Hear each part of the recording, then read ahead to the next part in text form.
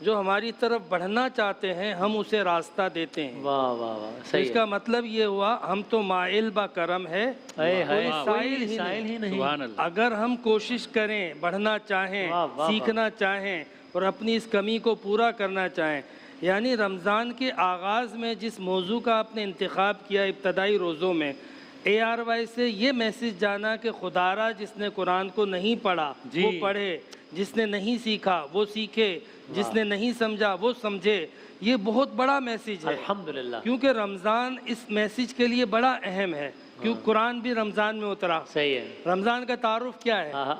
شہر رمضان الذی انزل فیہ القرآن، یہ آپ نے لکھ کے لگایا ہے جی ہاں جی ہاں، کہ رمضان کا مہینہ وہ ہے جس میں قرآن نازل ہوا۔ صحیح بات، یہ بڑی زبردست بات یعنی ہے۔ رمضان جس کی رمضان کے ہم اتنے گن گاتے ہیں، اس رمضان کا تعارف اس انداز سے ہوا کہ وہ مہینہ اس میں قرآن نازل ہوا ہے۔ جس رمضان کا ہم اتنا گن گاتے ہیں، جس کے اتنے چرچے ہیں، وہ ہے کیا، اس کی اصل کیا ہے؟ تو اب میں رمضان کرتا رہوں اور قرآن نہ کھولوں تو پھر تو یہ بڑی زیادتی ہے، میری طرف سے زیادتی ہو جائے گی۔ پھر آپ دیکھیں شب قدر کی کتنی اہمیت، لوگ ہر آدمی کی تمنا ہے مجھے ملے، صحیح ہے، اس کا تعارف بھی یہی ہے، ہے ہے اِنَّا أَنزَلْنَاهُ فِي لَيْلَةِ الْقَدْرِ۔ تمہیں کیا پتا، تمہیں کیا معلوم، ہم نے اس قرآن کو لیلۃ القدر میں نازل کیا۔ تو وسیم بھائی، لیلۃ القدر سے جڑنے سے، قرآن سے جڑے تو وہ راتوں میں افضل، مہینہ تمام مہینوں میں افضل۔ سبحان اللہ۔ اگر یہ قوم قرآن سے جڑ جائے، یہ امت قرآن سے جڑ جائے تو کیا تمام امتوں میں یہ افضل امت نہیں ہوگی؟ کیا یہ ترقی نہیں کرے گی؟ کیا یہ اپنے مسائل سے، مصائب سے نہیں نکلے گی؟ ہمیں اگر اپنے اس قوم کو کوئی نکال سکتا ہے، ہمیں جوڑ سکتا ہے، نفرتوں کو ختم کر سکتا ہے، اختلافات کو دور کر سکتا ہے، ہماری بدعنوانیاں، ہماری سب بد کرداریاں ختم کر سکتا ہے، وہ قرآن ہے۔ کیا کہنا ہے سو۔ اور رضا بھائی، آپ کو یاد ہوگا کہ پچھلے سال رمضان میں یہیں بیٹھے تھے، میں آپ سے رمضان کے آخر میں آپ سے اس حوالے سے پوچھا تھا کہ کس طریقے سے ریڈنگ ہیبٹ قرآن کی ڈیولپ کی جائے اور یہ وہ، تو جو تھوڑی بہت میں نے اپنے طور پہ کوشش کی، لوگوں نے تو بہت زیادہ کی ماشاء اللہ، میں نے تو فرینکلی ہمیں دور سے ایسا لگتا ہے کہ وی میں not find it interesting, but it is just not the case. Like اب ہم قیامت کا بہت سنتے رہتے ہیں، لیکن جب قیامت کا منظر کیا ہوگا قرآن کی مختلف آیات میں ترجمے کے ساتھ پڑھو تو انسان ہل کے رہ جاتا ہے کہ اس میں تو اس سے زیادہ مستند حوالہ تو کوئی ہے ہی نہیں۔ تو جب انسان سنتا ہے کہ پہاڑ چلا دیے جائیں گے، قبریں اکھیڑ، تو حیران ہو جاتا ہے۔ اچھا، پھر دلچسپی کا عنصر بھی ہے، بالکل ہے۔ سورہ یوسف پورا ایک داستان بیان کرتا ہے، حضرت یونس علیہ السلام کی داستان کا الگ لطف ہے۔ سورہ یاسین ہم ویسے اتنا سنتے ہیں، لیکن جب ترجمے کے ساتھ پڑھیں تو پتہ چلتا ہے کہ اس میں کیا واقعہ ہے حبیب نجار کے حوالے سے اور نبی۔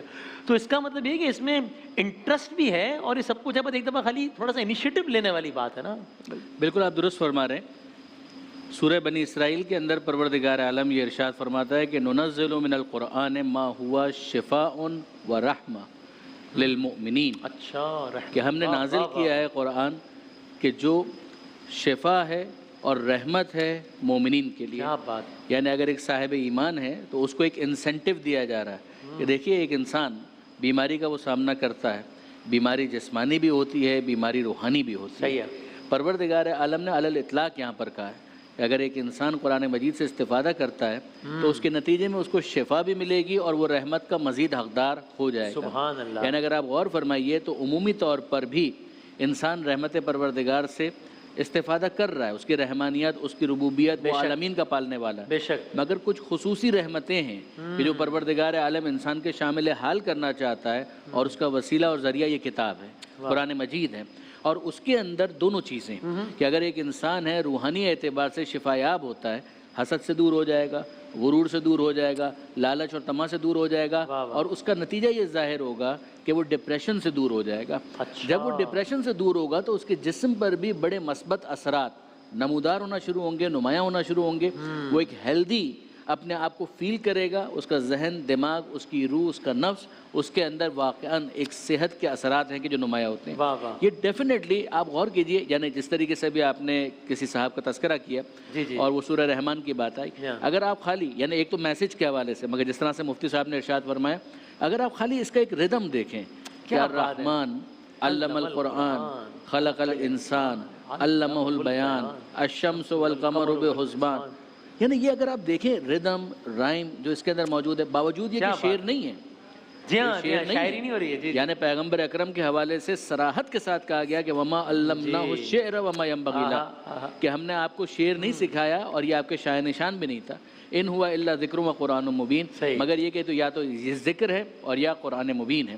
تو اگر آپ غور فرمائیے کہ پروردگار عالم نے شعر نہ ہونے کے باوجود اس کے اندر وہ ردم اور رائم رکھا کہ بعض فصحا یہ جملہ کہتے ہیں کہ اگر ہر زبان کے ادب کو آپ کلاسیفائی کرنا چاہیں تو دو براڈ کیٹیگریز ہوں گی، نثر اور نظم. صحیح ہے. مگر عربی کے اعتبار سے اگر آپ کلاسیفائی کرنا چاہیں تو آپ کو تین چیزیں بیان کرنی پڑیں گی: نثر، نظم اور قرآن. کیا کہنا ہے، جزاک اللہ. ایسے مزید میں انشاءاللہ بات کریں گے، اب بس وقت بالکل ختم ہو گیا ہے. بریک، اذان فجر جس سے نشریات کا اختتام ہوگا انشاءاللہ. رمضان یوں آ گیا بن کے رحمت یہ پھر چھا گیا.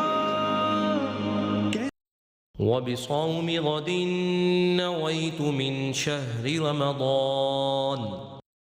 میں ماہ رمضان کے کل کے روزے کی نیت کرتا ہوں. اللہ اکبر اللہ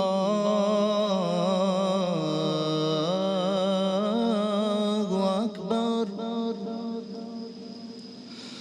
اللہ اکبر اللہ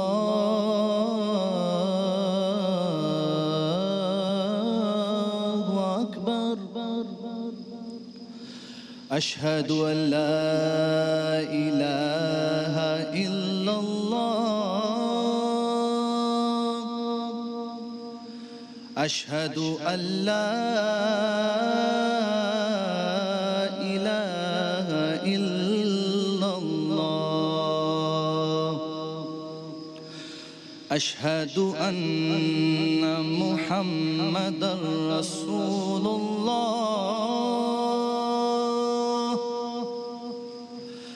اشہد ان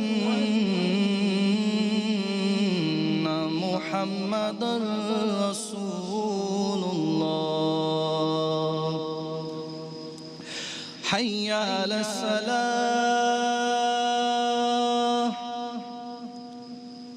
حی علی الصلاة،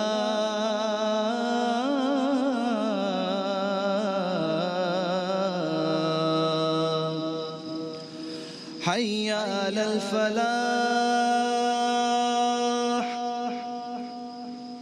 حی علی الفلاح.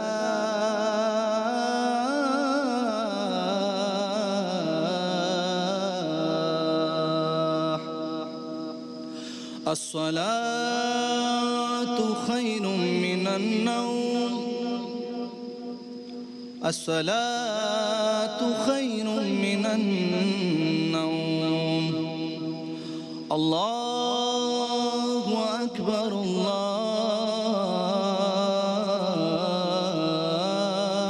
الله أكبر. لا إله إلا الله.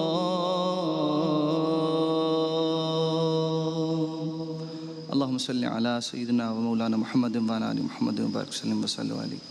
اللهم رب هذه الدعوة التامة والصلاة القائمة آت سيدنا محمدا وسيلة والفضيلة والدرجة الرفيعة وبعثه مقاما محمودا الذي وعدته وارزقنا شفاعته يوم القيامة إنك لا تخلف الميعاد برحمتك يا أرحم الراحمين.